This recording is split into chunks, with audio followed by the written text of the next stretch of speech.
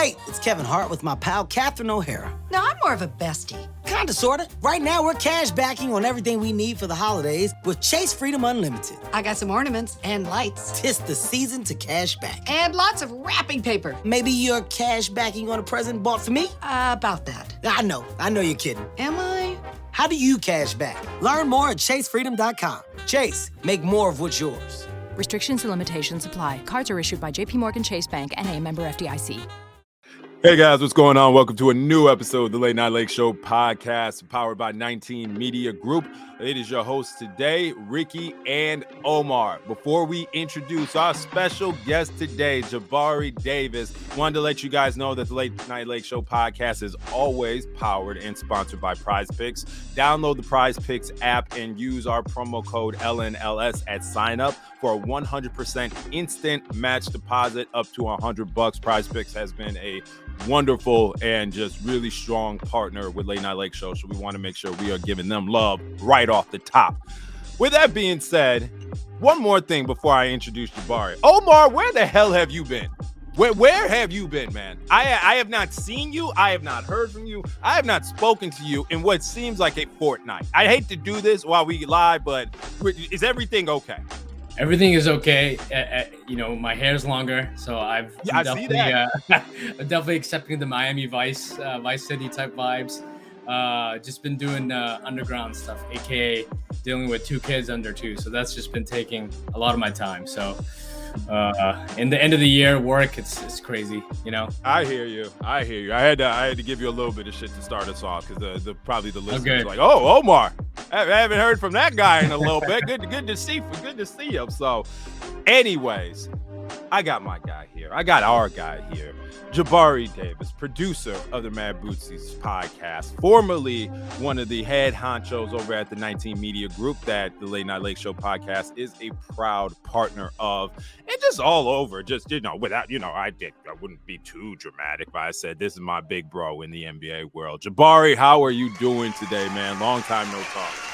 Hey, not bad. I appreciate you guys having me again. So basically, what you're telling me is Omar is pulling what other teams do, where their best players or their good players will come back against the Lakers. So he's basically doing that again. Okay, I got you. You see it. Hey, I ain't heard from Omar when it's just me and Kwame just chopping it up. I ain't heard from Omar when it's me and Alex in Lakers Central. Now all of a sudden we get Jabari in the building. It's like, oh, I'm ready to go. Just let me know when the show starts.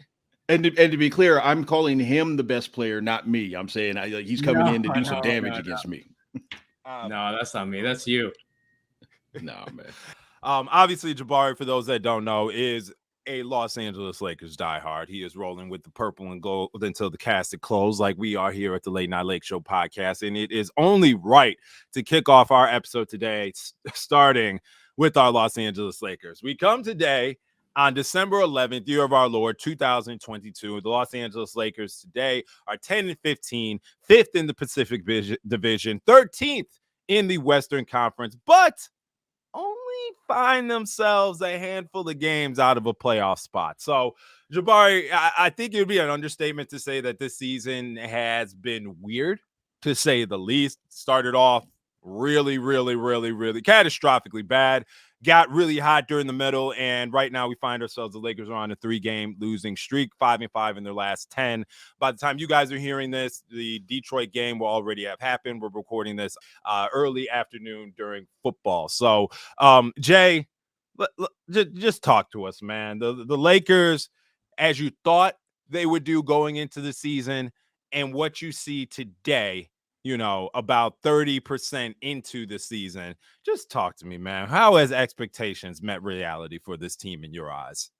So I'm not, you know me, I'm never going to be one of those revisionist guys. I went into the season with almost no expectations. And I recognize that, to people from the outside looking in, they may say like, well, the team still employs Anthony Davis and LeBron James, but I also have witnessed these last couple seasons and how it went. And, given the fact that a lot of us, many of us, if not all of us, anticipated, Westbrook being moved in the offseason, and then they didn't do that.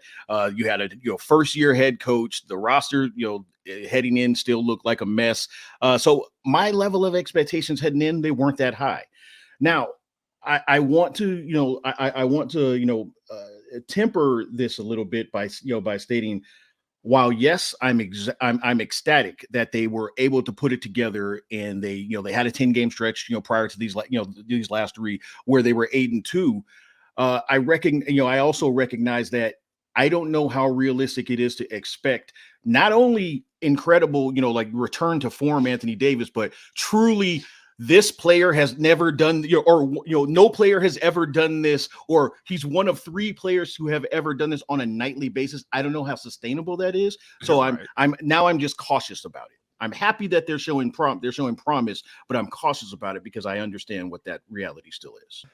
AD's been on a tear this season, and it's refreshing. It's encouraging. All of the people that held on to their AD stock, the last 2 seasons, they were starting to get a little nervous. It was feeling a little bit like Bitcoin after that 2020 bubble season. But, truthfully, and Kwame and I recorded a podcast last week about this Anthony Davis right now is better than the bubble AD.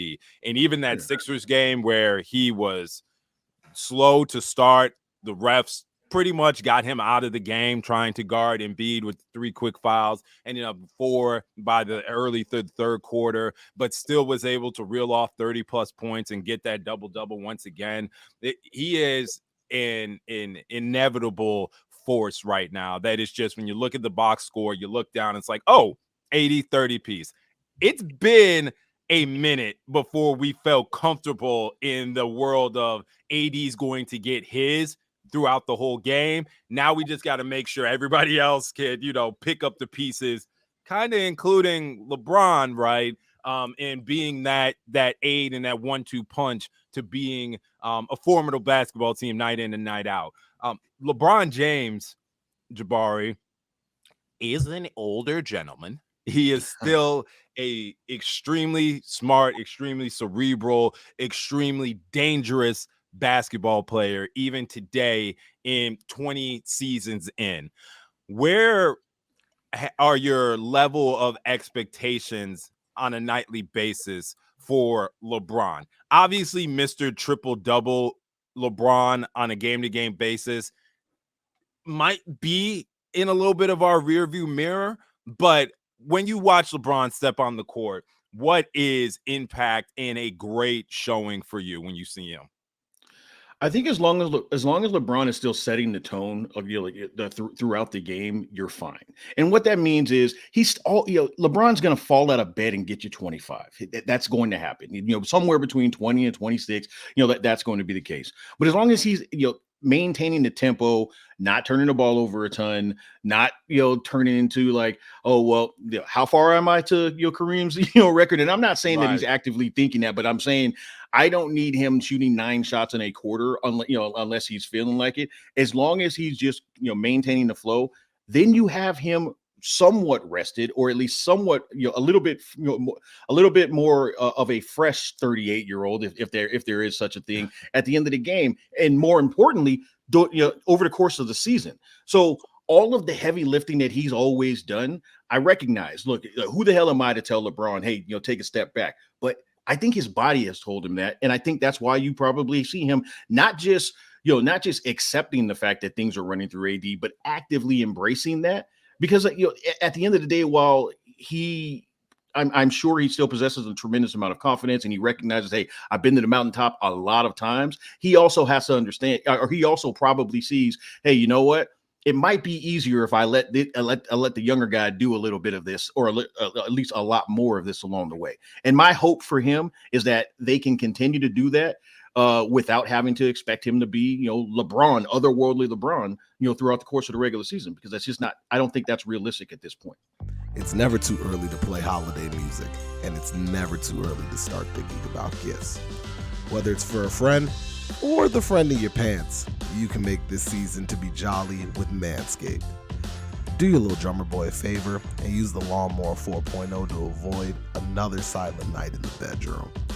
Then, add in Manscaped's top-of-the-line shower products to have the people thinking, all I want for Christmas is you.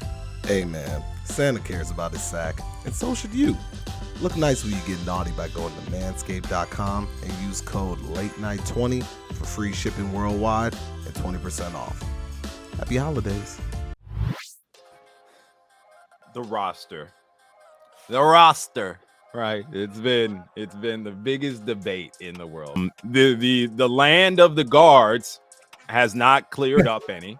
Darvin Ham has been doing a juggling act trying to figure out rotations and how he's going to squeeze 50-11 guards in a 48-minute basketball game. Let's talk a little bit just about disappointments and players or coaches or whoever have exceeded expectations. The Lakers roster obviously is over-indexed on smaller players, and Darvin Ham has to use what he's got. Where do you grade Ham at this point in this season, Jabari? It's been interesting trying to put the filters on for a first-year coach with this type of roster while still the expectation is competing for a championship, right? Yeah, look, I see people complaining. Look, when I say this, I'm going to sound like the old guy, and I am, to a certain degree. I got gray in the beard. I'm definitely the elder statesman in this trio.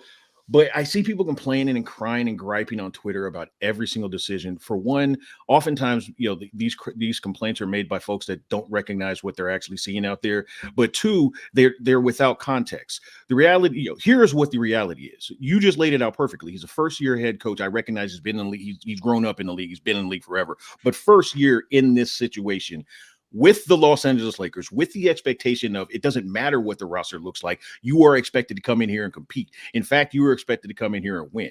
He said, as soon as his feet hit the ground, he said, look, if, basically he was telling you, hey, if Russ is on this team, I can not only optimize him, but I can get him being back to a productive player. I can tell you right now, I'll raise my hand and say, I said, hell no, Darvin, stop this nonsense. I don't want to hear this stuff. I said that all summer. He then told you, I'm going to get the best out of AD. I'm not just going to get AD back to form. I'm going to maximize all that AD can bring you. Yeah. I look at this as he comes in, the roster, everybody can look at it and say it's not ideal. He, is saddled with a situation that should have been taken care of in the offseason. Should never have been the case, but it should have definitely been taken care of in the offseason. He found a way to make not just Westbrook productive, but embrace, not just accept, but embrace a six-man role. And then he also said, hey, remember what I told you about AD? Well, look, you're getting otherworldly AD, not just bubble AD, otherworldly, better than bubble AD. Yeah. So for my money, given the circumstances, given the fact that, this is a less than ideal setup, I can't be mad at him. I'm interested in what Omar has to say about that. I agree with everything you said, right? The thing that stands out to me is, when you're thinking about a first-year head coach, you want to be setting them up for success. And the front office clearly didn't do that. They didn't prioritize the things that are important for winning basketball in today's game, right? And despite all that, all the things that you mentioned are true. AD is fully optimized. He is a world beater on a consistently night-to-night basis. Russ is thriving in his six-man role. But on top of that, I think it's just very challenging, and fans should take a step back and try to understand this roster, no matter what coach is there, maybe outside of Phil Jackson, I don't think is going to be any more successful than Darvin Ham. And I think he's done his best to, get the team to buy in. You see consistent effort night and night, even though, we were getting killed by the Sixers the other night. We're down 9. I turned off the game, and then I checked Twitter 5 minutes later. It goes into overtime. I mean, it speaks to, his presence in the locker room and the guys buying in and, believing in what he preaches. Now, if the front office meets him halfway, and the superstars and surrounds the team with actual competent players, and nothing against the players that we have, it just doesn't make sense, right? The 7-8 guards that we have, we're missing, vital, basics, right? Shooting and wing players. That's just wings. Basic in today's NBA. Without that, it's just so hard to see, how a coach and a team can play and win basketball games when your margin for error is so thin. And just to go back, these AD type games, like you said, you are right. It's once in a blue moon type games. and it's against like inferior teams, right? Like, I think one of the games was like the Spurs.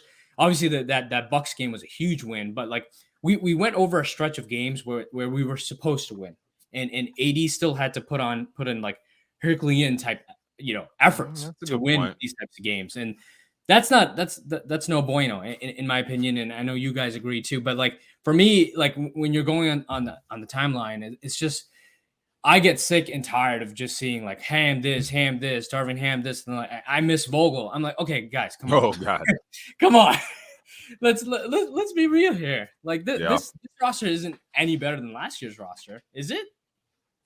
No, it from a construction, it's constructed to make deals. It only made sense if they pulled the trigger prior to the season. You have 5 guys that are 6'3" and under. None of them are lockdown defenders. Anyway, I won't cry about what we already know, but it just makes no sense whatsoever. You don't think Pat Bev is a 3-and-D wing? No, I don't. Okay.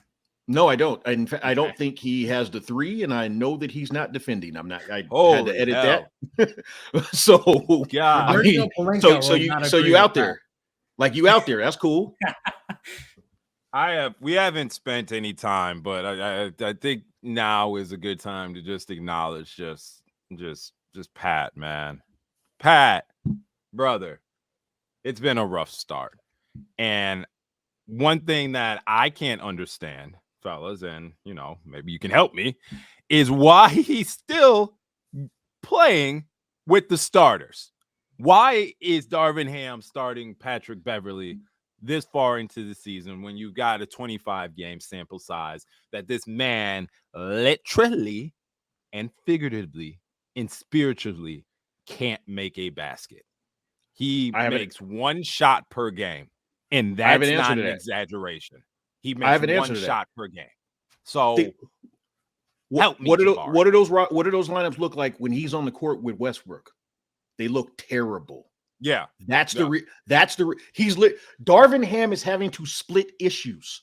That's what the situation is. It has nothing to do with them like not getting along or any of the stuff that we like to joke and kiki about on Twitter. It's the fact that you can't play those guys next to each other for extended minutes unless you want to lose. We're all clamoring for Austin Reeves to get in there, but to your point, Reeves makes a lot more sense next to Westbrook than a Dennis Schroeder or a Pat Beverley. I'm getting a little tired of watching Dennis shoot a basketball too.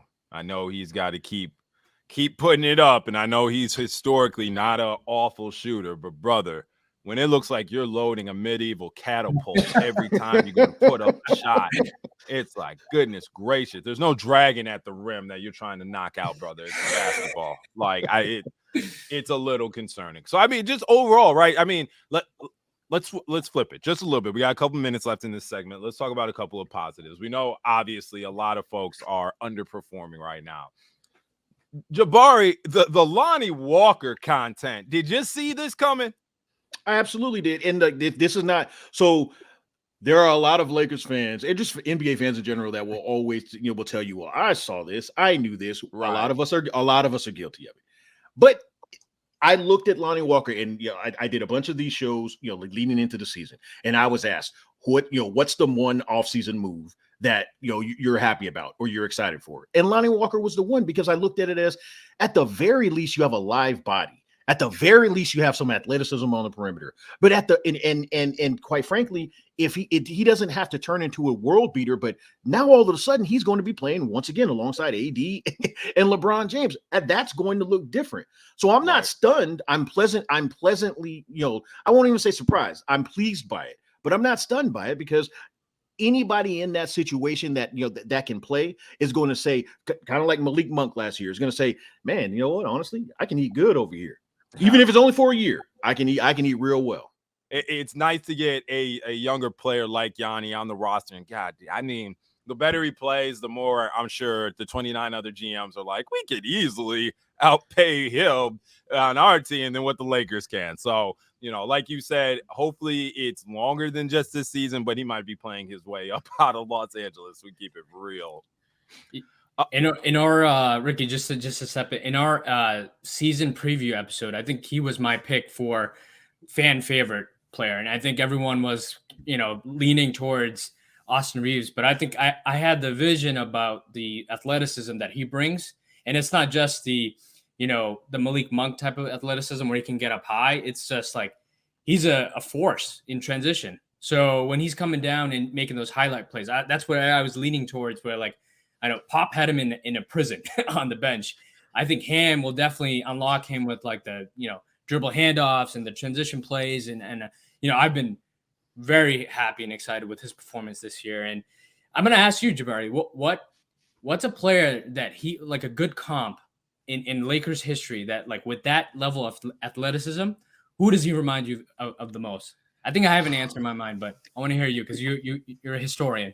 People are going to be pissed off by it, and I'm in no way am I comparing him to a Hall of Famer. I'm not saying that he's going to win 3 or 4 rings, but a Byron Scott type springiness. Oh. And this, I'm taking it back.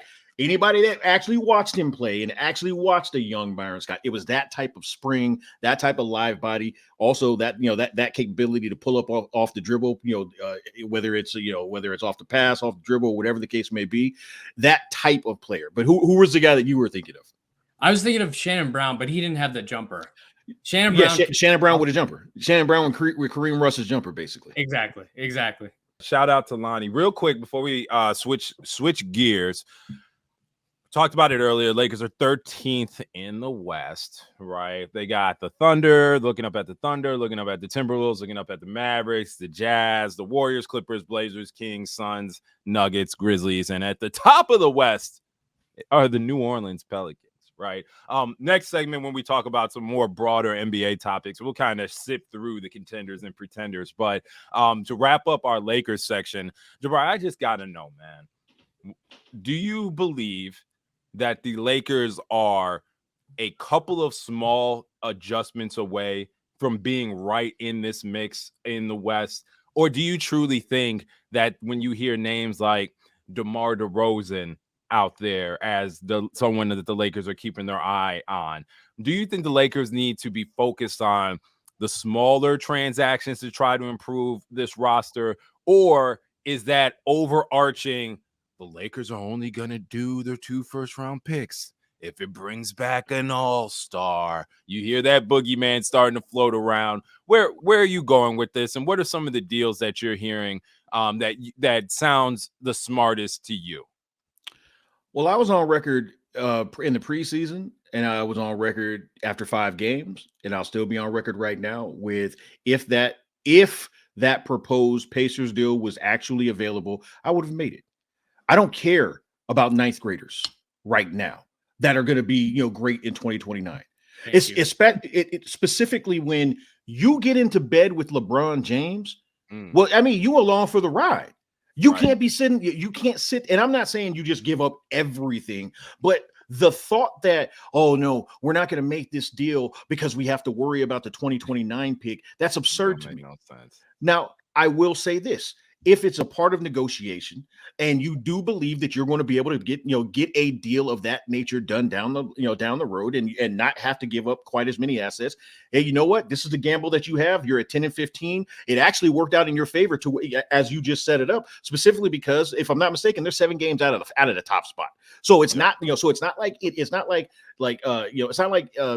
these teams is not a possibility. But I'll tie it together a bit closer. Or a little bit more succinctly.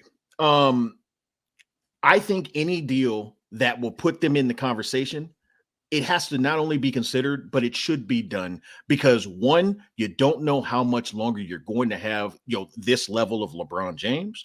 Yeah. You don't know. 2, you don't know how much longer Anthony Davis is going to be healthy. And I recognize you can't govern based on that fear, but you kind of have to. And what I mean by that is, stop putting them in positions to where they have to be the best players of all time on a nightly basis. So go out there, get the reinforcements, and get this job done. The one thing I will say, that Chicago deal, I don't think that's a reality because the rumors that have recently come out is that they have no interest in Russell Westbrook. So unless you have a third team that's interested in taking on Russell Westbrook, and this is not going to be a slander Russ situation, but they've put it out there like, that sounds nice and it works in the trade machine, but that's not going to be the case. If the one guy and I figure you probably were going to go there. The guy I want back is Kuz. I recognize it. We took him for granted. And maybe you didn't. I did. I recognize that he needed to go over there in order to fully flourish. But that's what they need wings. They need wings that also have experience and know how to play alongside LeBron James and Anthony Davis. So if I were actively, pursuing a deal, it would probably be to get Kuz back into the mix. And that's not going to be popular. I recognize it. But I do think that a player of that level, without having to give up too much, if you can integrate that, I think you are back in the conversation. Do you guys remember how many firsts the Lakers gave up for Russ? Was it one first and that's say it again? I think it was one. One, and they got a couple seconds back. Yeah, shout out to the Washington Wizards and their front office if we were able to circle back around and end up coughing up another first just to bring Kuz back, and they end up being the ones that take back the contract of Russell Westbrook and then end up cooping 2 firsts from the Lakers in this transaction. Hey, God bless them in DC. I'd love that. And Jabari, we're starting to see right now that the rumors are ticking up the Bring Kuz Home campaign, Run It Back campaign, as Harrison Fagan would like to acknowledge. So, Run it back. Right. I would love to see Kuz back in the Lakers uniform. Oh, real quick, just about the Chicago thing. Before the season started, I was told to keep an eye on the Chicago situation. The Lakers are keeping their eye on the Chicago situation in specifically regard to DeMar DeRozan. Right now, you start to hear the trickles about it. But the Bulls have come out and said, like, don't ask about DeMar. Don't ask about Zach LaVine. Obviously, GMs lie, just like, days ending in Y. But at the same time, man, the Chicago marketplace in the fan base, they're not going for a full rebuild. They're not going for after we just started adding some pieces. We just signed Zoe to a stupid ass contract. I mean, stupid as in he got paid, right? Not stupid as in they shouldn't have paid him. DeMar DeRozan got the bag. Alex Caruso is still Alex Caruso is probably one of the most valuable players on that team right now. If they talk about doing full rebuilds, you probably can get a first for AC if you're really keeping it, $150. So I just can't see, AK turning around to the fan base and being like, yeah, I know we tried for 1.5 years, but we're just going to pull this cord with Billy Donovan and we're just going to get him some youth and move to the next chapter of Bulls basketball. I think they'll go down with the ship before they, start getting the life preservers out and all that good stuff. But Omar, wrap us out here. Sorry for the little tangent with the Bulls stuff. What are some other names that you are seeing and that you've got your eye on? Like that December 15th day is 4 days away, right? Zach LaVine, players like Zach LaVine can be traded early January. So we're right here in the mix. We're done with timelines, right? This is the week that shit should start ticking up, right? Where are you feeling? What would you be happy with if the Lakers were able to acquire during this hot stove season, if you will? Yeah, a few other names that I think the Lakers should definitely try to call and see if there's any availability on them. But a few of the wings on the Hornets. LaMelo Ball has barely played basketball this year, and I think he's going to continue to have some ankle issues. So and they've been losing a bunch of games. So I don't think it would be a bad deal for Michael Jordan to shake hands with us, the Lakers, and take on another Jordan branded athlete to help them, win some games and sell some tickets. Because I think, Westbrook still has a pretty good fan base and he still travels well. So I think getting like a PJ Washington, Kelly Oubre, who's been playing really well this year, maybe Rozier could be part of the deal if we're including both picks. In addition to that, I know this name Ricky's not going to be too fond of, but Cam Reddish is still out there. He's a clutch client. Hey, listen. I just saw a report. I think he's being offered for a few seconds, so it's no longer the first. So he could be had for a second or a player that's a rookie and developing. Go ahead, Jabari. Please, Jabari. Please. I'm curious. What's Ricky's beef with Cam Reddish? You got to explain. My beef with Cam Reddish is as simple as this. Why is everyone so damn obsessed with Cam Reddish? Cam Reddish could be a very productive player for the Lakers, but my God, do Lakers fans treat like he is the second coming of Christ that is just being ignored by all these NBA franchises. The Hawks don't know what the hell to do with Cam Reddish. The Knicks don't know what the hell to do with Cam Reddish. But when he gets to the Lakers, we gonna right this ship. Everything's gonna get figured out. He's gonna return to the best player of his high school draft class. That's what they keep telling me about. That's what they keep referencing back. That everyone thinks Cam was the best coming out of that draft class, and it just has not. He has not been in the right situation for him to turn it around. Then, God damn it, somebody do it then. Somebody save the young man. Give him a life jacket. Send him a lifeline. Turn him into a productive NBA player, God damn it. I'm just tired of 3 seasons of, Cam Reddish to the Lakers. Lakers should do it. He can come cheap. He'll turn it around. That's my issue, man. If he's that much of the diamond in the rough, somebody would have taken another flyer on him. And this is not a Cam Reddish slander campaign. This is a Cam Reddish stands that are Lakers fans slander campaign. Somebody got to take a chance on this young man, and there's a reason why the Lakers have not pulled that trigger yet.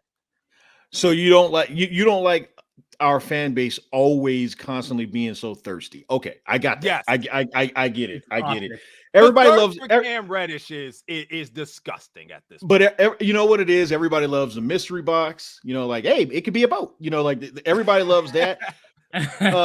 Everybody loves the backup quarterback. And anytime there's a coveted, and by coveted I mean just by it fans on NBA Twitter, a coveted swingman young guy that's a project.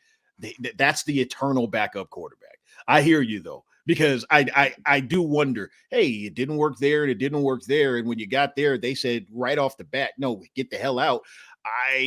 Maybe it has been circumstantial, but I like you, I'm a little bit more cautious about that one. That's all. If he costs a second, fine. If he costs 2 seconds, fine. If the value, I'm just tired of it, Omar. Why not? He's been on the clearance rack for 2 years. He's been been in the league. DJ Maxx, Home Goods. He's been at all of those departments. He's been at Burlington for 3 seasons now. Yep. I just keep passing by like, that Jumpman logo don't look right. That don't look right, man. You're a little too thick on the bottom. Pause. Yeah, that's ground Jordan. That ain't Air Jordan. All right. All right, we're going to take a quick break. When we come back, we're going to talk a little general NBA, do some buy or sell on some of the interesting teams this season. Late Night Lake Show with Jabari Davis. We'll be right back.